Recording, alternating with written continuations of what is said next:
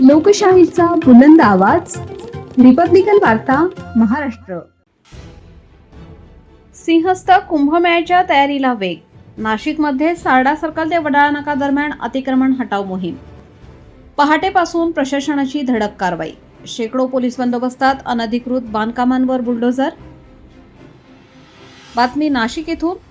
आगामी सिंहस्थ कुंभमेळ्याच्या पार्श्वभूमीवर नाशिक शहरात प्रशासनाने मोठी आणि ऐतिहासिक अतिक्रमण हटाव मोहीम हाती घेतली आहे. सारडा सर्कल ते वडाळा नाका या महत्त्वाच्या मार्गावर आज पहाटेपासून नाशिक महानगरपालिका आणि पोलीस प्रशासनाच्या संयुक्त पथकाकडून धडक कारवाई करण्यात येत आहे. या मोहिमेसाठी शेकडो पोलिसांचा कडेकोट बंदोबस्त तैनात करण्यात आला असून रस्त्यालगत उभारण्यात आलेली अनधिकृत दुकाने, शेड्स, टपऱ्या तसेच विविध अतिक्रमणे हटवण्यात आली आहेत. अनेक ठिकाणी बुलडोझरच्या सहाय्याने बांधकामे जमीनदोस्त करण्यात आली.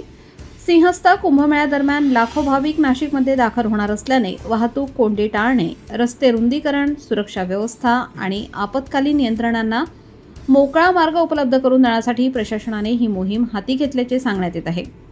कारवाई सुरू होताच परिसरात नागरिकांची मोठी गर्दी झाली होती.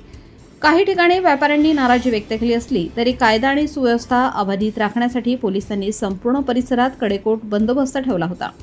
त्यामुळे तणावपूर्ण शांतता पाहायला मिळाली.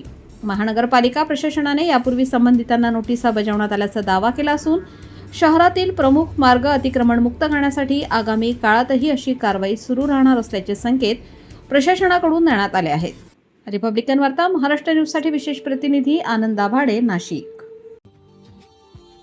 Subscribe now and press the bell icon. Never miss an update.